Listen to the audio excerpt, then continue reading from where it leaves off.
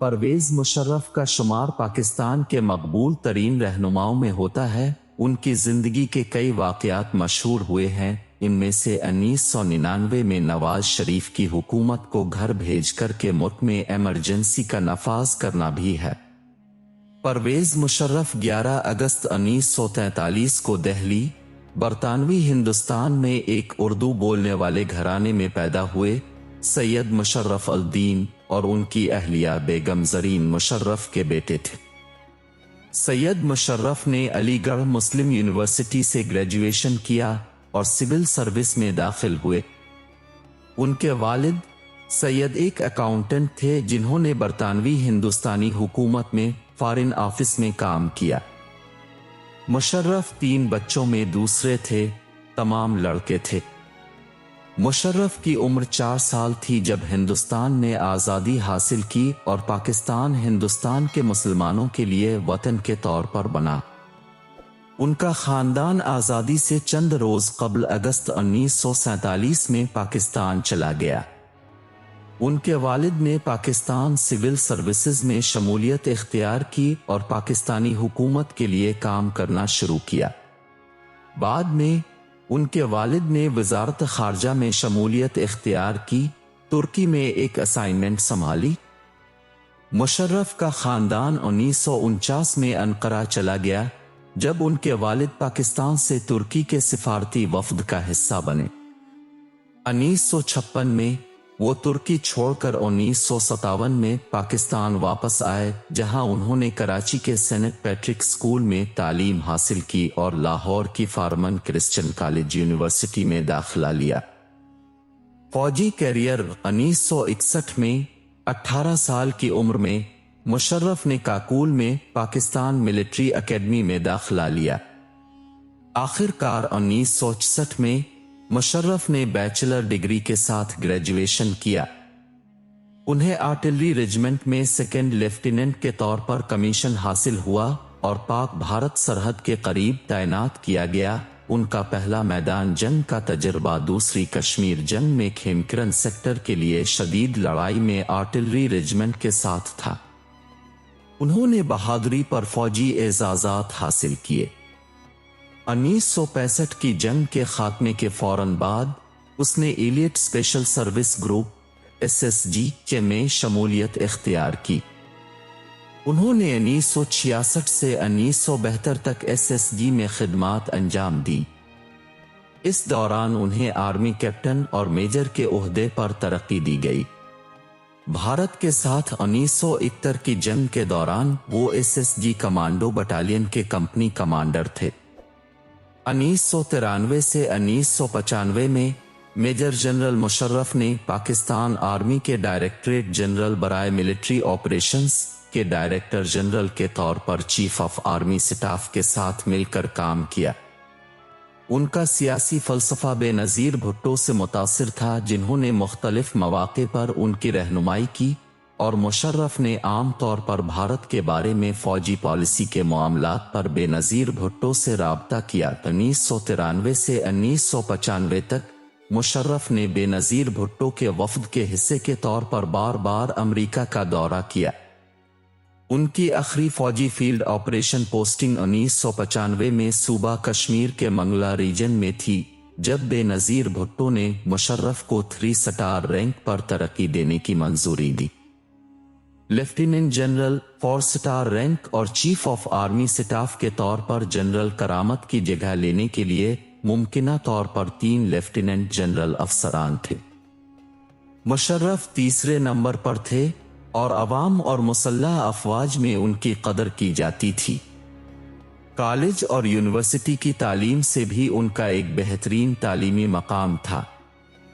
کارگل کے واقعے کے بعد پرویز مشرف نے جوائنٹ چیفز کا چیئرمین بننے کی خواہش نہیں کی۔ مارچ سے مئی 1999 تک اس نے ضلع کارگل میں انڈیا کے حملے کی خبر ملی۔ کارگل تنازع اور پاکستان کے انخلا کا ذمہ دار کون تھا، اس پر شریف اور مشرف کا تنازع۔ ایڈمرل بخاری نے بالآخر جنرل مشرف کے خلاف مکمل جوائنٹ سروس کورٹ مارشل کا مطالبہ کیا، دوسری طرف جنرل قلی خان نے اس جنگ کو سانحہ مشرقی پاکستان سے بھی بڑی آفت قرار دیا۔ وزیر اعظم سے پچھلی ملاقات کے دوران پرویز مشرف کو کارگل میں لڑائی کے نتائج پر شدید تنقید کا سامنا کرنا پڑا۔ نواز شریف نے کہا کہ آپریشن ان کے علم میں لائے بغیر کیا گیا۔ مشرف سری لنکا کی فوج میں حصہ لینے کے لیے ہفتے کے آخر میں دورے پر روانہ ہوئے تھے۔ جب پرویز مشرف واپس آ رہے تھے تو وزیر اعظم کے دفتر سے احکامات جاری ہونے کے بعد ان کی پرواز کو کراچی انٹرنیشنل ایئرپورٹ پر لینڈنگ کی اجازت دینے سے انکار کر دیا گیا۔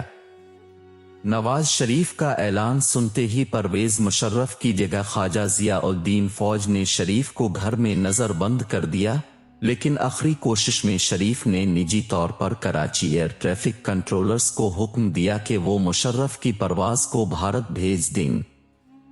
کراچی میں فوجیوں نے ایئرپورٹ کنٹرول ٹاور کو گھیرے میں لینے کے بعد یہ منصوبہ ناکام ہو گیا۔ 13 اکتوبر کی صبح 2:50 پر پرویز مشرف نے ریکارڈ شدہ پیغام کے ساتھ قوم سے خطاب کیا۔ مشرف نے 13 اکتوبر کو صدر رفیق تارڑ سے ملاقات کی تاکہ مارشل لا کو قانونی حیثیت دینے پر غور کیا جا سکے۔ 15 اکتوبر کو مشرف نے ہنگامی حالت کا اعلان کرنے، آئین کو معطل کرنے اور چیف ایگزیکٹو کے طور پر اقتدار سنبھالنے کے بعد جمہوریت میں فوری منتقلی کی ابھرتی ہوئی امیدوں کو ختم کر دیا۔ 17 اکتوبر کو اس نے اپنا دوسرا قومی خطاب دیا اور ملک پر حکومت کرنے کے لیے 7 رکنی ملٹری سویلین کونسل قائم کی۔ بالآخر مشرف نے انتظامی اختیارات سنبھال لیے، لیکن انہیں وزارت عظمیٰ کا عہدہ نہیں ملا۔ مارشل لا کے خلاف ملک کے اندر کوئی منظم مظاہرے نہیں ہوئے۔ عالمی برادری کی جانب سے اس مارشل لا پر کڑی تنقید کی گئی۔ ملٹری پولیس نے سابق وزیر اعظم شریف کو ایک سرکاری گیسٹ ہاؤس میں نظر بند رکھا اور اکتوبر 1999 کے آخر میں ان کے لاہور والے گھر کو عوام کے لیے کھول دیا۔ ان پر نومبر میں مارشل لا، اغوا، قتل کی کوشش اور مارشل لا کے دن مشرف کی پرواز کو کراچی ایئرپورٹ پر اترنے سے روکنے کے الزام میں باقاعدہ فرد جرم عائد کی گئی تھی۔ یہ مشرف پر سعودی عرب اور امریکہ کی طرف سے دباؤ تھا کہ وہ شریف کو جلاوطن کر دیں۔ جب اس بات کی تصدیق ہو گئی کہ عدالت غداری کے الزام میں نواز شریف پر اپنا فیصلہ سنانے والی ہے اور عدالت شریف کو سزائے موت سنائے گی، ان کے خاندان کو دسمبر 2000 میں سعودی عرب جلاوطن کر دیا گیا تھا۔ مشرف کے اقتدار سنبھالنے کے فوراً بعد مشرف نے ججز آرڈر نمبر 2000 کا حلف جاری کیا، جس کے تحت ججوں کو نئے عہدے کا حلف اٹھانے کی ضرورت تھی۔ مشرف نے 20 جون 2001 کو باضابطہ طور پر خود کو صدر مقرر کیا۔ اگست 2002 میں انہوں نے legal frame work order number 2002 جاری کیا، جس میں آئین میں متعدد ترامیم شامل کی گئیں۔